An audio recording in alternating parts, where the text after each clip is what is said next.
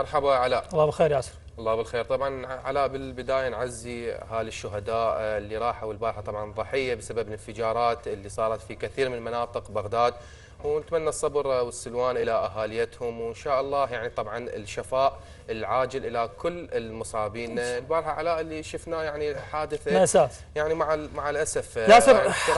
نعم. قبل لا نبلش بمواضيعنا لهذا اليوم، موضوعك الاول عن التفجيرات يوم امس، خلينا نشوف مواقع التواصل الاجتماعي اللي البارحه على الفيسبوك وعلى الانستغرام انتشرت صور كثيره، صور ماساويه صراحه. احنا كقناه ما نقدر نطلع هذه الصور للماساه اللي بيها اطفال نشوفها مقطعه رجليها ومقطعه ايديها، نساء يلمون اشلاها من الارض بالكرتون. البارحه شفنا صور كثيره من على مواقع التواصل الاجتماعي، لكن بنفس الوقت شفنا كثير من الشباب العراقي الواعي، كثير من الناشطين الشباب البارحه راحوا الى كل المستشفيات حتى يتبرعون بالدم. كثير من الصور نزلت على مواقع التواصل، خلينا نشوفها يا شباب ونعلق عليها اكثر.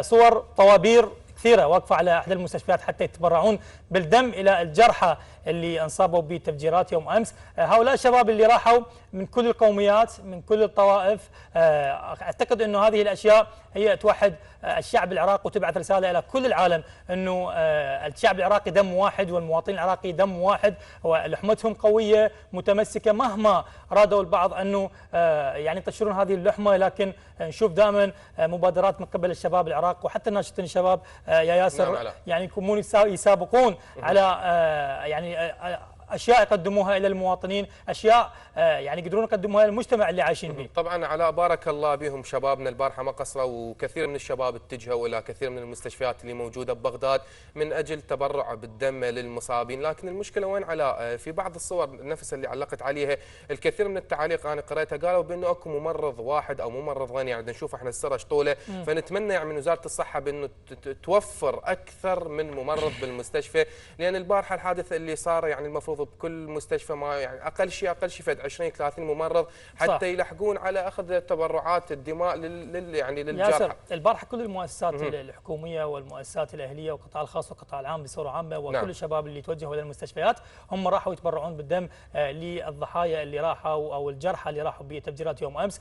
بصراحه البعض يفكر انه من خلال هاي التفجيرات اللي يقومون بها هذا الفكر الظلامي يفكر انه راح يفتتوا اللحمه العراقيه، لا بالتالي يعني يعكسون صوره. البارحه انعكست الصوره على مواقع التواصل الاجتماعي كل العالم شافها، الشعب الشباب اللي راحوا نعم. اللي تبرعوا بدمهم، نساء وشابات وشباب راحوا تبرعوا بدمهم الى الجرحى. بالتالي صحيح. هذه رساله لكل العالم، ونتمنى الامن يستقر في بلدنا، وان شاء الله ايام قصيره عناصر التكفير داعش في بلدنا، ان شاء الله ابطال الجيش العراقي والحشد الشعبي يقاتلون بساحه القتال حتى يقضون على كل هذا الفكر التكفيري، هذا الفكر اللي عبث فساد في بلدنا. ان شاء الله ما بقت غير ايام ونقضي على هذا الفكر الارهابي. كثير من الشباب يرجعون بالحياه، صح راحوا ضحايا هواي، راحوا جرحى هواي، نتمنى انه يتشافون كل الجرحى. مو بس هاي، البارحه شفنا ايضا على مواقع التواصل الاجتماعي كثير من الشباب الناشطين وحتى الممثلين والمشهورين والاعلاميين راحوا الى مناطق الحادث بمدينه الصدر او بعض المناطق اللي بالكاظميه وبحي العدل، راحوا شعلوا الشموع. صور انتشرت على الفيسبوك، اذا جاهزه نشوفها يا شباب. صور نالت على نسبه مشاهده كلش كبيره، صارت بها مشاركه كبيره بكل الصفحات على الفيسبوك وحتى على الانستغرام. هذا التفاعل ما بين الشباب والتخفيف من الالم والضغط لعوائل الجرحى وعوائل الشهداء، راحوا الى هذه الاماكن شعلوا الشموع، واسوا اهالي الجرحى واهالي نعم. الشهداء. بالتالي هذه اللحمه العراقيه اللي من كل الطوائف ومن كل المناطق، يعني اتصور انه عناصر التكفير ما تستهدف قوميه ولا تستهدف طائفه، تستهدف الشعب العراقي كله. بالتالي احنا كمواطنين لازم نوقف ضد هذا الفكر التكفيري. يعني ابطال الجيش العراقي يقاتلون، احنا كاعلام نحارب بشاشتنا وباقلامنا، كصحفيين باقلامنا، كمواطنين يحاربون بالاشياء اللي قدموها للمواطنين اللي راحوا، اللي عوائل المواطنين اللي راحوا ضحايا هذا التفجير يا ياسر. مو بس هاي علاء، يعني اهم شيء هم على المواطنين ان يحاربون الاشاعه، لان بسرعه تنتشر، وبالاخص هنا عندنا ببغداد راسا تنتشر الاشاعه مثل ما شفنا الصور اللي طلعها علاء. طبعا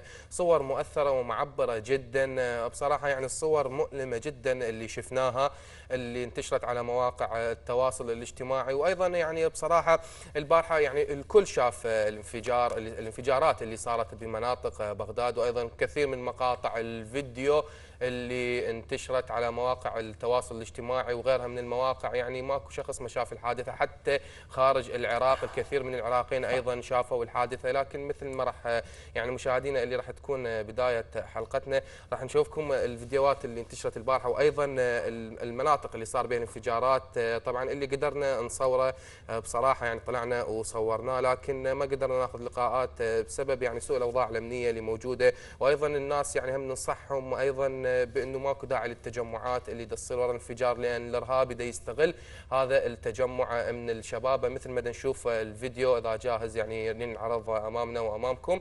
يعني بصراحة هذه بداية الانفجار بمدينة الصدر مشاهدينا. يعني الفيديو واضح أيضا، هذا الفيديو حالة مأساوية. نعم على حالة مأساوية جدا وحالة معبرة. يعني اللي نشوفها الانفجار اللي صار بنص سوق، يعني هذا السوق بأطفال بشباب بنساء كبار بالسن برجال كبار بالسن. يعني هذا بسوق عريبة بمدينة نعم بسوق عريبة بمدينة الصدر.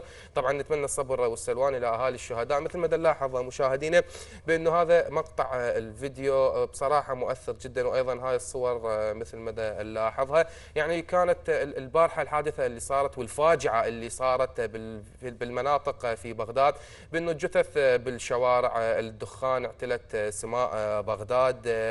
الانفجار اللي صار في مدينة الكاظمية، طبعا انفجار صار مدينة الكاظمية، وانفجار في شارع الربيع، وانفجار في حي العدل، والانفجار اللي هو أقوى انفجار صار وأكثر ضحايا، أكثر أعداد ضحايا وشهداء راحوا منه في مدينة الصدر. طبعا يعني بصراحة الموقف مؤلم جدا البارحة، وأيضا يعتبر هو خرق أمني، لأن كل هاي المناطق كنا نعرف بأنه بها مداخل ومخارج، وكل مدخل به كثير من رجال الأمن اللي واقفين به، وأيضا سيطرات، وبالأخص بالمدينة. يعني المدينة وين ما تروح مدينة الصدر بها كثير من السيطرات. فالمفروض هذا الخرق الأمني ما يصير، المفروض على الجهات على الجهاز الأمني أن يكون شديد الانتباه، مفروض على الجندي أو على الضابط اللي واقف بالسيطرة يكون شديد الانتباه. احنا بصراحة ما ننتقدهم، لأن الشعب هسه حاليا وصل لمرحلة تعب جدا. الشاب العراقي، الرجل الكبير بالسن، المرأة العراقية، الطفل العراقي، يعني حتى طفلنا قام حتى من يلعب، حتى من يفكر بالانفجار، يفكر يخاف يطلع شلون راح يرجع. الأم تفكر بابنها بأنه من يطلع راح يرجع لو ما راح يرجع. يعني ممكن حتى قواتنا الأمنية وابطال الحشد الشعبي اللي يقاتلون بساحات المعارك وعلى الجبهات، ممكن يعني العدو يكون أمامهم واضح مبين عدو قدامهم، لكن هسه السكان المواطنين الفقراء بصراحة حتى ما يعرفون العدو مالتهم، ما يعرفون اللي دا يصير. يعني مفخخة دا تنحط بسوق أو دا تنحط بأي تجمع من قبل شباب أو رجال كبار بالسن، ودا تنفجر هاي المفخخة. ومثل ما نشوف يعني الفيديو أمامكم اللي واضح، هاي اللي صورته شاشة السومرية، كاميرا عدسة السومرية. طبعا على هذا التشييع اليوم اللي دا يشيعون به الشهداء، دا نشوف أعداد كثيرة وكبيرة جدا من الشهداء. البارحة الحادث المؤسف اللي صار الانفجار، وبالأخص في مدينة الصدر، مثل ما نشوفه بأنه هذا التشييع جثث الشهداء. يعني حتى العالم يا علاء وصلت مرحلة بأنه كلها تتساءل منو راح يتحمل مسؤوليه هذا الحادث. يعني احنا ما يعني بدون ذكر اسامي يطلع فلان او فلان يقول نستنكر، يقول نعزي. يا اخي الشعب ما قام حتى ما يريد لا تعزيه لا يريد استنكار، الشعب يريد حل، يريد تدخل من قبل القوات الامنيه، يريد جاهزيه كامله من قبل القوات الامنيه، من قبل الاستخبارات. نعم علاء، البارحه اكو خبر انتشر على مواقع التواصل الاجتماعي وحتى وسائل الاعلام انه السيد رئيس الوزراء حيدر العبادي يستمع به القاده الامنيين على هذا الاختراق اللي حصل باكثر من منطقه. لا اذا تسمح لي بس اداخلك بهاي النقطه. يعني البارحه صحيح مثل ما قلت بانه صار اجتماع مع القاده الامنيه. يا اخي المفروض الاجتماع مو يصير من بعد الانفجار، من بعد ما يروحون شهداء، من بعد ما يروحون شباب. يعني البارحه الجثث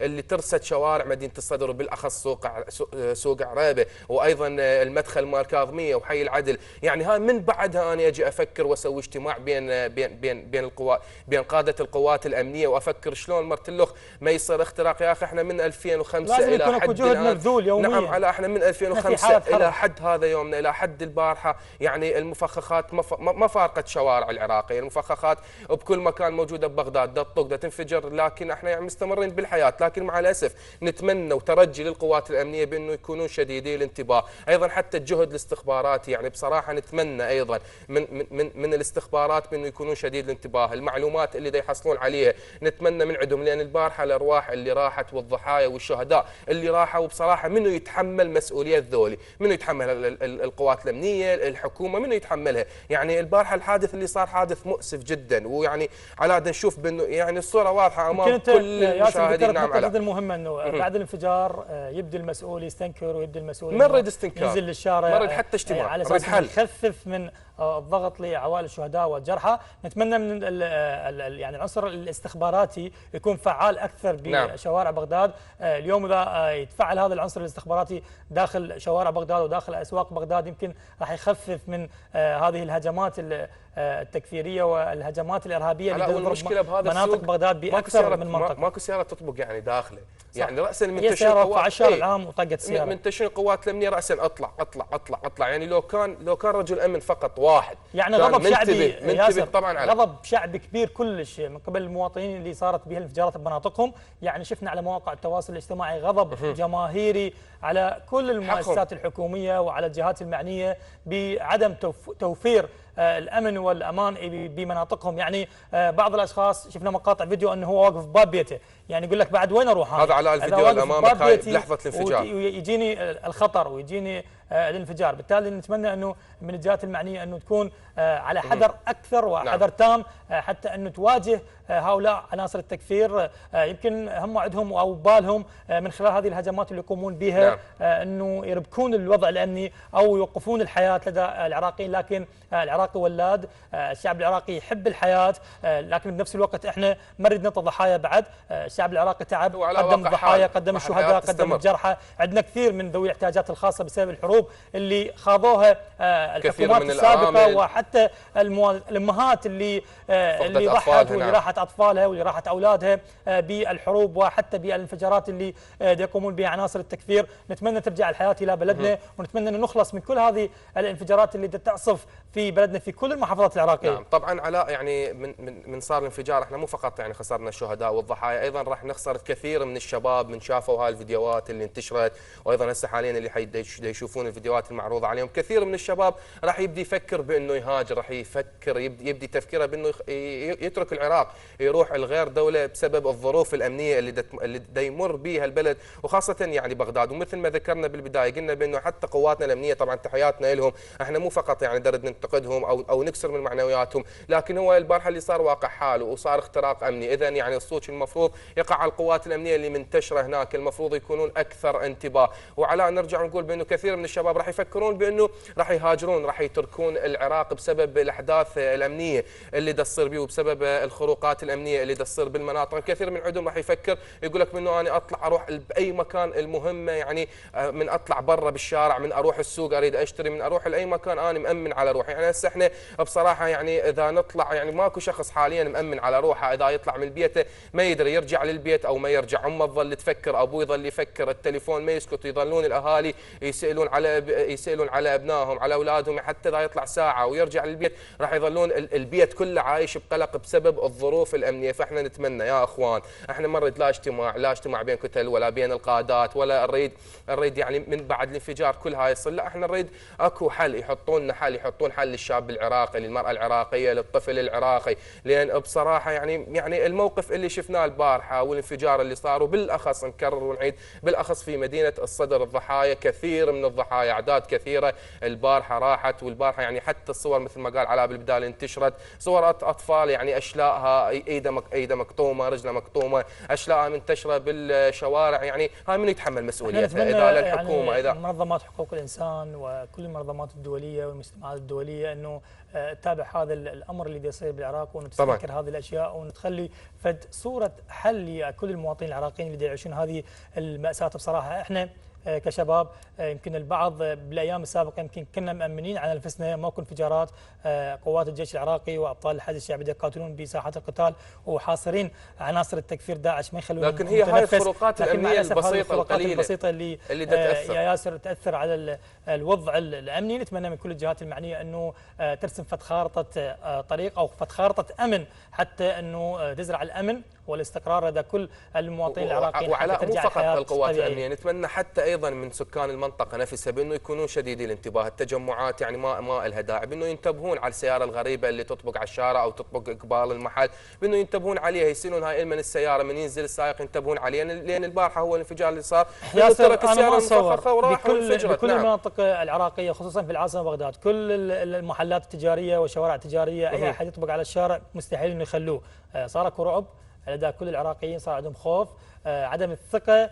يعني شخص ما يعرف يطبق سيارته مستحيل يخلي يعني يبقيها طابقه، بالتالي انه المواطنين اتصور انهم يعني يساعدون طبعا القوات الامنيه والجهاز الامني. بس احنا نتمنى من عندهم انه يكونون اكثر انتباه. المواطن صاحب المحل اللي عنده بسطيه باي مكان باي سوق موجود ببغداد يكون شديد الانتباه على اي سياره، حتى على الاشخاص الغريبين اللي وجوههم ما متكرره من يفوت، يكون شديد الانتباه بانه راسا يبلغ القوات الامنيه. وايضا نتمنى ونكرر تمنينا بانه القوات الامنيه يجب ان تكون اكثر انتباه. يا اخوان البارحه الاعداد الشهداء اللي راحت فوق ال100 شهيد، يعني بصراحه يعني عدد بيوم واحد ويطلع لي فلان ولا فلان يقول مثلا السبت الدامي ولا الاربعاء الدامي، هي ايام الاسبوع ايام السنه كلها صارت داميه. نعم نقلت وسائل الاعلام اكثر من 120 شهيد فقط في مدينه الصدر. نعم يعني فقط عدد جرحى، عدد اللي يعني راح ريده، راح رجله، راح عضو من اعضائه. اكو اشخاص اصلا ما شافوهم ما لقوا لهم كل شيء، يعني ما راحوا. ياسر احنا ما نقدر بس نقول نتمنى الامن والامان على كل شعبنا العراقي وينعم بالاستقرار في بلدنا، ونتمنى انه توضع من قبل السلطات ومن الجهات المعنيه انه خارطه امنيه الى كل العاصمه العراقيه بغداد وبقيه المحافظات اللي ضربتها بعض الانفجارات بالايام السابقه. ان شاء الله ما بقت غير ايام معدوده الى هذا التفكير الارهابي الداعشي، وقوات الجيش العراقي تتم القضاء على هذا الفكر الارهابي. بالتالي نتمنى الامن والامان على كل بلدنا، وايضا نرجع ونقول الصبر والسلوان الى كل عوائل الشهداء، نعم. ويعني الشفاء العاجل الى الجرحى العراقيين. شكرا ياسر. شكرا لك. مشاهدينا فاصل سريع وراجع، خليكم معنا.